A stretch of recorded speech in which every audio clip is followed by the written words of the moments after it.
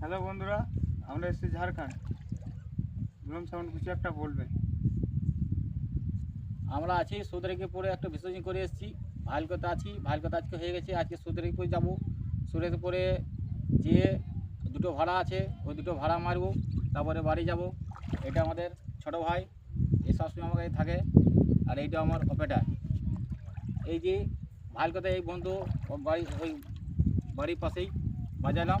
এই কিছু একটা বলবেন। বক্সটা বাজলো কিরকম? ভালো হয়েছে, কোয়ালিটি? কোয়ালিটি ঠিকই আছে। ক বছর থেকে বাজাচ্ছি? 3 বছর। 3 বছর থেকে আসছি। 3 বছর থেকে তো 8 বছর তো মাধ্যমিক পরীক্ষার জন্য হ্যাঁ। তাড়াতাড়ি বিসর্জন করা গেছিল, এই বছরও তাই। আজকে কালকে বড়বাবু এসেছিল। বড়বাবু বলছিল যে তোমরা জলদি বন্ধ করো, দিয়ে বন্ধ করে দাও, বেশি রাত অব্দি বাজা যাবে না, সামনে পরীক্ষা আছে। ওই জন্য আমরা সাড়ে আটটা অবধি বাজাচ্ছি। কত কত নিয়ে এসলাম? 21 গ্রাম? ভালকো। ভালকো গ্রাম। আজকে যাবো সুদরেকিপুর।